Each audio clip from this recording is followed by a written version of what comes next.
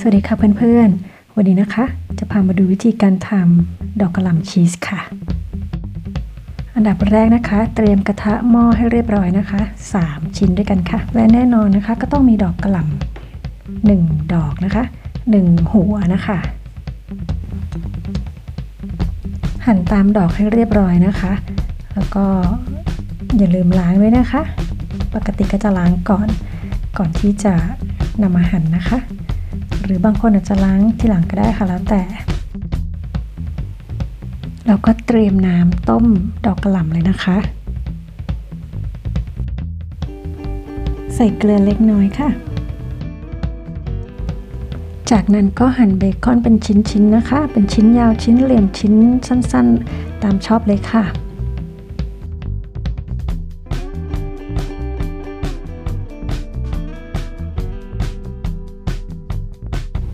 ตั้งกระทะใส่น้ำมันนะคะตามด้วยเห็ดเลยค่ะ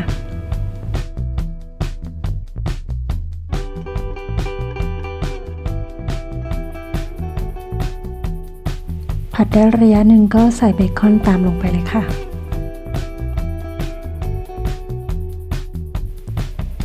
ผัดทุกอย่างให้เข้ากันดีนะคะ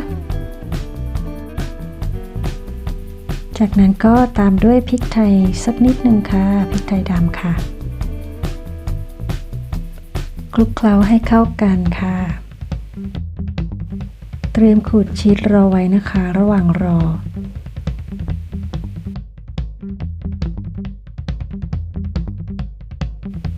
อีกหม้อหนึ่งที่เตรียมไว้นะคะ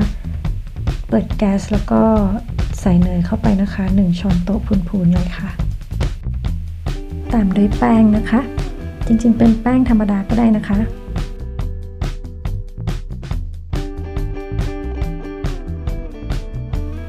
ค่อยๆเติมแป้งนะคะก็ใช้ประมาณ1ช้อนโต๊ะนะคะตามด้วยนมเลยค่ะนมสดก็ได้ค่ะค่อยๆเติมนมไปได้เรื่อยๆนะคะจนกว่าที่มันจะพอกับจำนวน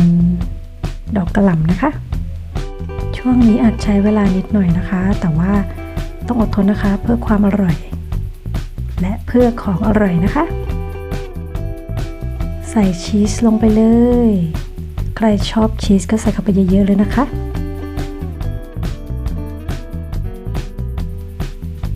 คลุกเคล้าให้เข้ากันนะคะเมื่อได้ที่แล้วนะคะก็จะหนืดๆนิดนึงเหนียวๆนิดนึงนะคะใครอยากจะชิมก็ชิมเลยค่ะได้เวลาเช็คดอกกระหล่ำนะคะว่านิ่มหรือยังนะคะ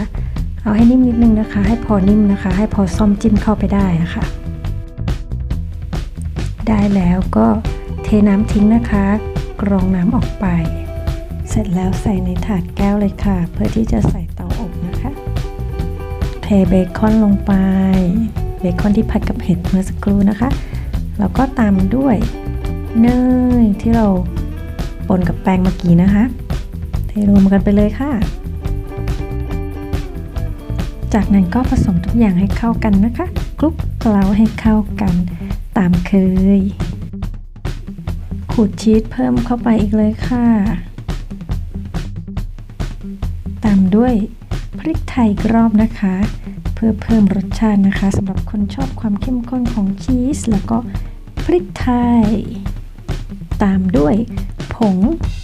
ปาปริก้าแล้วแต่ชอบนะคะจะไม่ใส่ก็ได้ค่ะเอาไปเข้าเตาอบกันเลยค่ะเต้นออกมาแล้วสวยไหมให้ดูกันชัดๆอีกรอบนึงว้าวเดี๋ยวเราไปชิมกันเลยก่อนรับประทานนะคะกรุณาเป่าก่อนนะคะเดี๋ยวจะลวกลิ้นค่ะระวังกันด้วยอร่อยมากค่ะโดยเฉพาะคนที่ชอบชีสแล้วก็ดอกกระหล่ำนี้นะคะสุดยอดอาหารมื้อเย็นเลยค่ะเห็นเหมือนจะไม่มีอะไรนะคะแต่ว่าหนักอยู่นะคะเพราะว่ามีชีสมีนมมีแป้งค่ะลองไปทำดูนะคะสำหรับวันนี้ขอบคุณมากๆนะคะที่ติดตามชมนะคะขอบคุณทุกๆคนค่ะสวัสดีค่ะ